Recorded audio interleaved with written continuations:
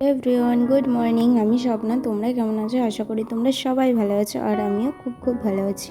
রোজকারের মতন আমার সকালটাও দেখো শুরু হয়ে গেছে, যেভাবে আর কি শুরু হয়। কিন্তু আমি বালিশের মধ্যে নতুন কভার পরাবো। তোমরা যে কভারটা দেখছো বালিশের ওয়ারের, এটা কিন্তু আমি কিনেছিলাম খুবই সস্তায় ট্রেন থেকে। ট্রেনে যারা যাতায়াত করে, যারা ডেলি প্যাসেঞ্জার, তারা হয়তো জানবে। এরকম আর কি সস্তায় মানে বালিশের ওয়ার মানে অনেক কিছুই আর কি বিক্রি হয়, বাট আমাদের এই দিকটাতে হয় না। কিন্তু একবার আমি আসার সময়, কলকাতা থেকে আসার সময়, তখন একবার হচ্ছিল, কিন্তু আমার কিন্তু বেশ ভালো লেগেছিলো এই ছাপাটা। আর একটা ছাপাও নিয়েছি, সেটাও আছে, সেটাও একদিন পরাবো, তোমাদের সাথে শেয়ার করব।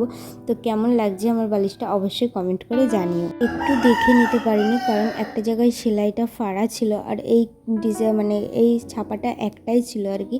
ওই জন্য ভাবলাম চলো নিয়ে নিই পরানোর সময়। তখন দেখছি যে হালকা একটু সেলাইটা খোলা আছে, তো বললাম ঠিক আছে পরিয়ে দিই, পরে তখন সেলাই করে নেওয়া হবে। আমার এই একটাই বিছনার চাদর আছে আপাতত তোলা, যে লোকজন এলে পাতার মতন এই একটাই বিছনার চাদর আছে। আরও কিনতে হবে, আস্তে আস্তে সব কিনবো। আর দেখো আমি কিন্তু এই বিছনার চাদরের সাথে বিছনার চাদরের সেট আছে, বালিশের ওয়ার আছে, সব কিছু আছে, বাট সেটা পাতিনি। শুধু কোল বালিশের ওয়ারটাই শুধু মানে সেট করে পাতেছিলাম, আর ওটা একটু আলাদা পেতেছি, কারণ ভাবছিলাম একবার তো ওটা পেতেছি, এইবার একটু অন্যরকম করে পাতি।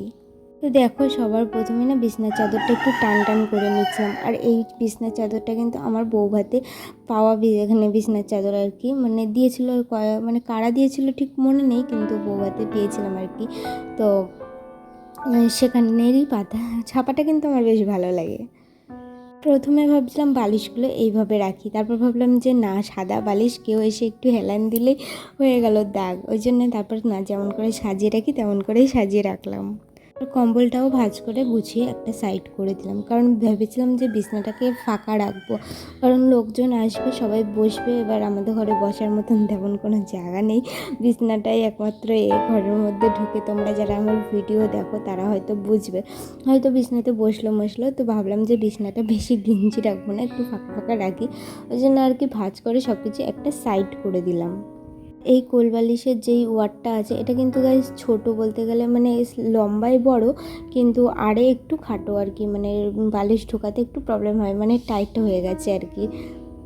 পেলে বিছনা কিন্তু আমি গুছিয়ে নিয়েছি। তারপরে এই সামনের এখানে কিছু আর কি ছোটোখাটো ডকুমেন্টস থাকে, আর এখানে আমার বড়মশাইয়ের যে ছবিটা রয়েছে, তো সেটাও দুদিন হলো আর কি মোছা হয় না, তো সেগুলোও আর কি মুছে দিলাম। লোকজন আসলে ধুলো পড়লে কেমন আর কি লাগে, তো এরপরটাও ভালো করে মুছে দিলাম। যে বিছনার চাদরটা তুলেছিলাম তারই ওয়ার দিয়ে মুছে নিলাম, কারণ কাচবো তো, ওই জন্য আর কি ভাবলাম চলো কিছু হবে না।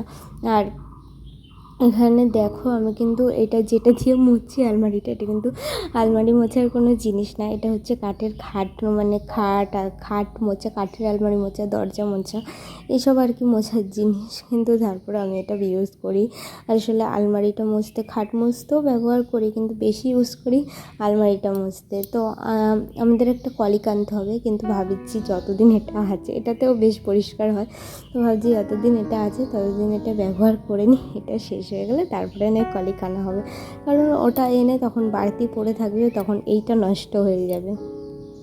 দেখলে আমি কিন্তু মুছে নিয়েছি ভালো করে, আর এখানে সব কিছু যেমন ছিল তেমন আর কি সাজিয়ে দিলাম।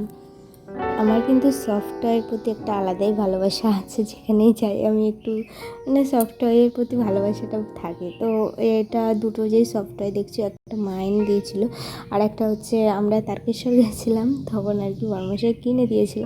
তো ওই দুটোই আর কি আমি সাইডে রেখে দিই সবসময়, যারা আমার রুমটাকে ফলো করে তারা অবশ্যই দেখবে।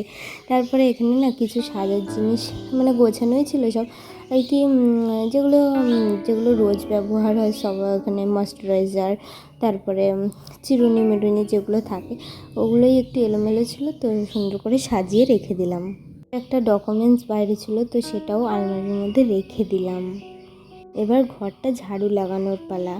তো ঘরটা সর্বপ্রথমে এখানে জানলাটা ঝাঁটিয়ে দিচ্ছিলাম, কারণ এই জানলাগুলো মানে সবসময় হাতে পাই না, যখন এইটা সামনে হয় আর কি, ওই জন্য আর কি এটা ঝাঁটিয়ে দিচ্ছিলাম। তারপর ঝাঁটাতে গিয়ে দেখি যে বর্মশাই মুছছে জানলা, তারপর আমি ভাবলাম থাক আমি আর ঝাঁটাবো না, ও তাহলে দুটো জানলাই মুছে দেবে।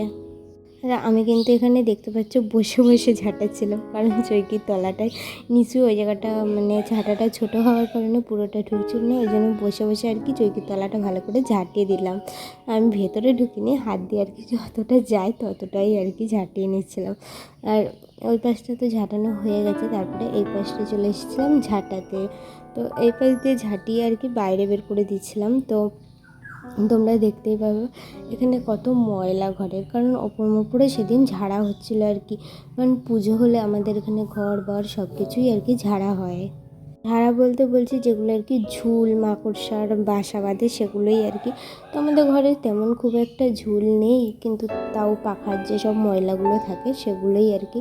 তো সেগুলোই আর কি ছিল, দেখতেই পাচ্ছি। তো সেগুলো ভালো করে ঝাঁটিয়ে নিয়েছি। ডাইনিংটা কিন্তু আগে ঝাঁটানো হয়ে গেছিলো, শুধু আমার ঘরটাই বাকি ছিল, ওই জন্য আমার ঘরটাই প্রথমে একটু ভালো করে ঝাঁটিয়ে নিলাম। ফ্রেশ হয়ে চান করে চলে এসেছিলাম। তো শাড়ি পরেছিলাম সেদিন, কারণ আমাদের পুজো চলছিল, আবার নিতে আসবে, সবাইকে আবার দিতে হবে। ওই জন্য ভাবলাম যে মা তো দিতে পারবে না, মা একটু প্রবলেম আছে, ওই জন্য মা দিতে পারবে না, কিন্তু আমি দিচ্ছিলাম। আর দেখো গাইস, আমার বেবি বাম কিন্তু শো করা শুরু হয়ে গেছে। তো এখানে আমি শুয়েছিলাম আবার দিয়ে, তারপরে সেদিন তো কোনো রান্নাবান্না কিছু ছিল না। আর ওদিকে দেখো পিয়ারা নিয়ে চলে এসেছিলো আমার সঙ্গে গল্প করতে। তো ভিডিওটা চলা এখানেই শেষ করছি। ভালো লাগলে লাইক কমেন্ট শেয়ার করে দিও, আর যা যা করতে হয় করে দিও। আর যারা ফেসবুক থেকে দেখছো তারা কমেন্ট করে জানিও, আর যারা ইউটিউব থেকে দেখছো তারাও কমেন্ট করে জানিও। আমার ইউটিউবে 450 ফলোয়ার্স হতে বেশি বাকি নেই, তো একটু সাপোর্ট করো। চলো বাই।